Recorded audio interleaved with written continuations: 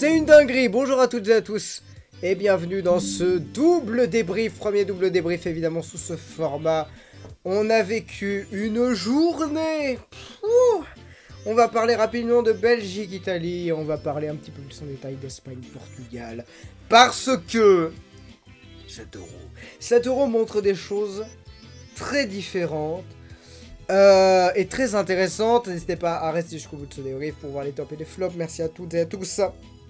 Et à vous abonner, on est presque 1650. Merci à toutes les personnes qui sont présentes sur le live.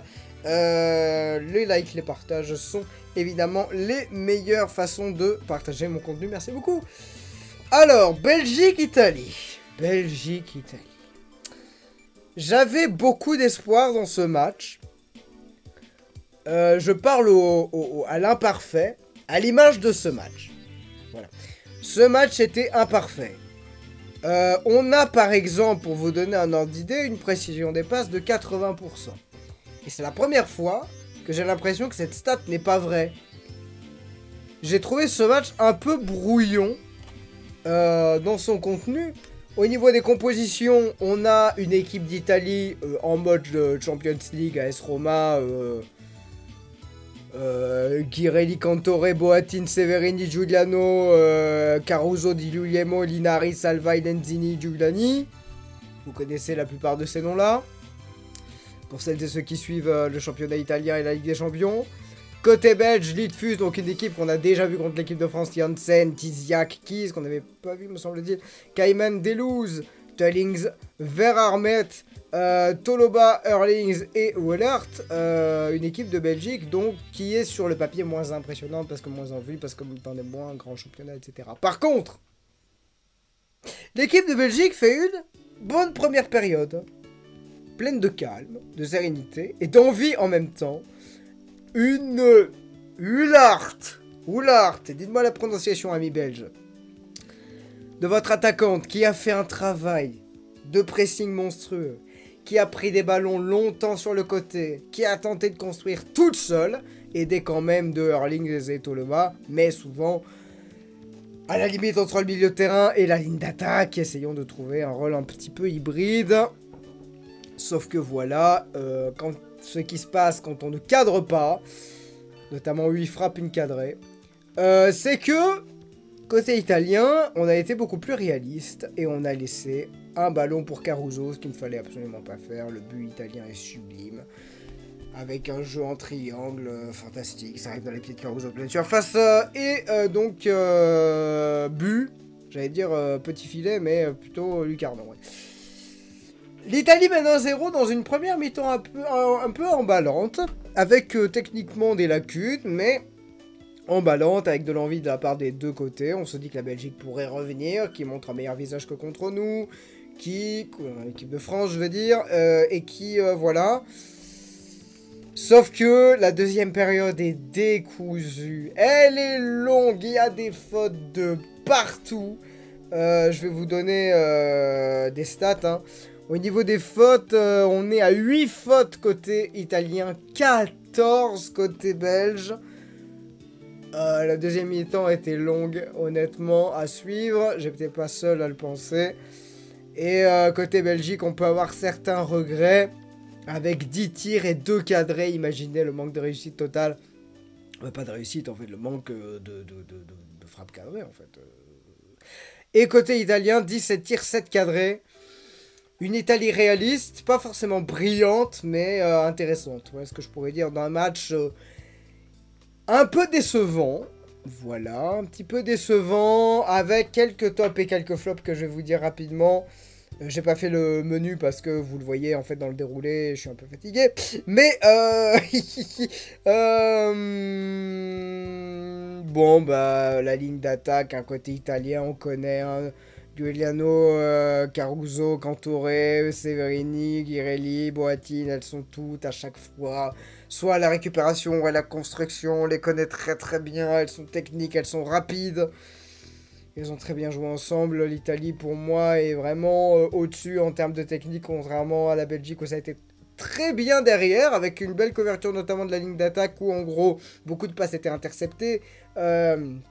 Parce que même si côté italien, les passes étaient plus rarement perdu ou mal donné, eh bien, les lignes belges ont posé beaucoup de problèmes à la construction du jeu italien. Et c'est pour ça que ce score de 1-0 paraît logique.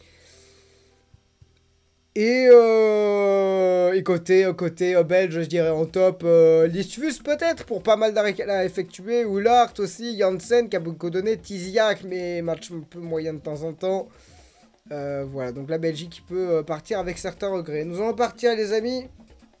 J'ai pas dit les flops, mais honnêtement, c'est à vous de me dire en commentaire les flops et les tops de ce match. Je compte sur vous. Nous allons passer donc à ce double débrief, à la partie de celle qui vous intéresse, celle qui vous a fait cliquer, celle qui peut-être pas, parce que je pense que la Belgique-Italie était un très beau match et beaucoup de monde l'ont suivi sur la chaîne. Donc c'est un énorme plaisir, évidemment, à commenter. Par contre, oui, il faut qu'on parle. Il faut qu'on parle d'Espagne-Portugal. Les amis, l'Espagne a giflé. Le Portugal 5-0 avec 4-0 en seulement 40 minutes. Je tiens à dire que c'est Caruso qui a marqué à la 44e côté italien, si jamais vous vous posiez la question. Bon, l'Espagne est trop forte. Voilà ce qu'on pense d'abord tous sur le live. Le Portugal est trop faible. Voilà ce qu'on pense aussi sur le live. Donc, à l'image de Belgique-Italie, on ne sait pas quoi penser. Belgique-Italie est un match bizarre entre beaucoup d'envie et quelques moments de folie d'attaque. Et un match extrêmement haché en deuxième période complètement mortifère et avec des lacunes techniques assez dommages. C'est-à-dire que... En fait, on ne sait pas comment analyser ce match, je ne sais pas comment analyser ces matchs-là. Et une Espagne, évidemment, techniquement au-dessus, évidemment extrêmement propre, évidemment extrêmement dangereuse. 22 tirs, 9 cadrés, 5 buts effrayants. Et encore, c'est pas le meilleur ratio de leur vie, avec notamment 87% de passes réussies. Ça y est, on est dans la cour des grands. 2, bref. Mais en termes de passes réussies, parce que c'est une stat importante et j'y tiens, l'Espagne, quand elle attaque, c'est... Ok, il y a occasion. Enfin, c'est déjà ça. Les côtés étaient complètement ouverts. Mais alors, ouverts côté Portugal pendant les 10 premières minutes. Ce qui explique les 2 buts rapidement en première minute avec ce but de González à la deuxième minute avec contrôle. Regardez le but sur YouTube, trouvez une solution. Elle contrôle la balle de la tête et ensuite elle fait une magère après son contrôle de la tête pleine surface. On n'en peut plus. C'est incroyable, c'est merveilleux, c'est fantastique. Et Vicky Lopez juste après 7ème minute, son match est fantastique. Voilà, bon bref. Du coup, on sait pas trop. Avec mon chat, on s'est posé la question. On s'est dit comment analyser ce match. Enfin, pas vraiment, mais en gros, difficile de dire. On n'est pas assez sûr que le Portugal soit une équipe vraiment super faible pour se dire. Mais en même temps, là, on se rend compte qu'il y a vraiment un monde d'écart. Mais on sait pas. Donc l'Espagne est trop forte. Ça dépend. Oui, sur le papier, face à des équipes faibles, oui, il y a 5-0. Parce que le Portugal, malheureusement, amis portugais et portugaises, vous avez tenté, vous avez essayé, vous avez fait une deuxième mi-temps à 1-0. Vous avez perdu 1-0, mais vous avez vos 2 attaquantes que vous avez essayé de servir inlassablement, Diana Silva et Jessica Silva. Votre match n'est pas catastrophique, même si c'est parfois le mot qui m'est venu en bouche rapidement après 10 minutes catastrophiques pour le coup. Mais à part ça, non. Le Portugal a essayé, le Portugal a tenté, le Portugal a un public, une ferveur folle. Et surtout, cette équipe faisait face à un mastodonte pour un premier match dans une ouverture d'Euro. Et qui sait, nous aussi, on se serait effondré. Donc voilà, je veux pas accabler le Portugal, ça a été une soirée très compliquée pour elle, extrêmement compliquée pour les attaquants, terrible pour la défense, bref. Les tops de ce match, les amis, côté espagnol.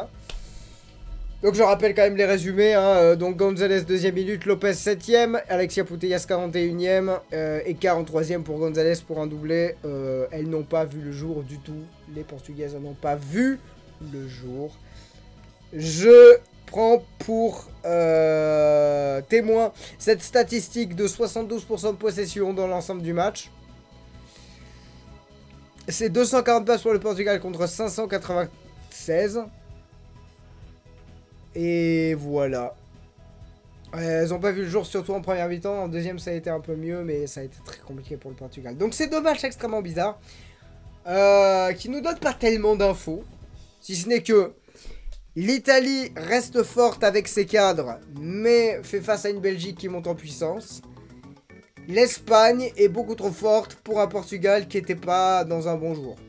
Mais ça nous apprend pas grand-chose. Alors que Suisse-Norvège nous apprend, que la Norvège peut avoir des coups de mou, mais grâce à ces quatre, justement, se remet d'aplomb et à son expérience européenne. Et que la Suisse, peut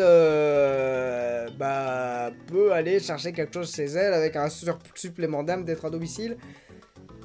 Et quelques joueuses de talent comme chez Bailey, par exemple. Mais, pardon, mais voilà. Là, il n'y a pas d'enseignement de ces deux parties, de ces deux rencontres qui étaient très étranges et en même temps assez logiques en vrai. Donc voilà, je sais pas ce que vous en pensez, dites-moi ce que vous en pensez en commentaire. Petit double débrief, je suis un petit peu fatigué les amis, je suis désolé mais je tenais quand même à faire un petit débrief de ces matchs-là. Les tops et les flops du coup, côté espagnol, j'ai dit, j'ai envie de mettre quasiment toute l'équipe.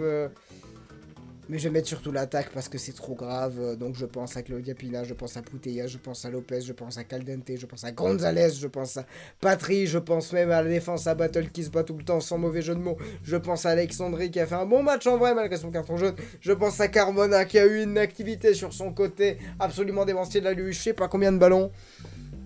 Mendes, bon match aussi. Et Nantes Clares a assuré derrière. Voilà. Je sais pas qui mettre devant. On pourrait mettre Gonzalez pour son doublé, son but extraordinaire, oui. Mais ça serait minimiser à la fois la prestation de Lopez et son but et sa conduite de balle incroyable et l'ensemble des combinaisons. Mais en même temps, Putellas, c'est une magicienne. Voilà, dites-moi ce que vous en pensez, tout simplement.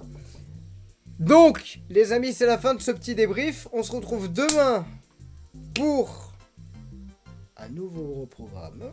Un nouveau beau et gros programme, à savoir Suède-Danemark, très serré, et Allemagne-Pologne. Sur le papier moins serré, mais attention. Donc, très hâte. Je vous souhaite une très bonne soirée. Vive le foot féminin, vive le foot tout court et à très bientôt. Je me suis régalé, vous régalez, et on se retrouve demain. Et on se rapproche du match des Bleus. Et ça, on va pouvoir en parler, les amis. Merci à tous, très bonne soirée. Ciao, ciao.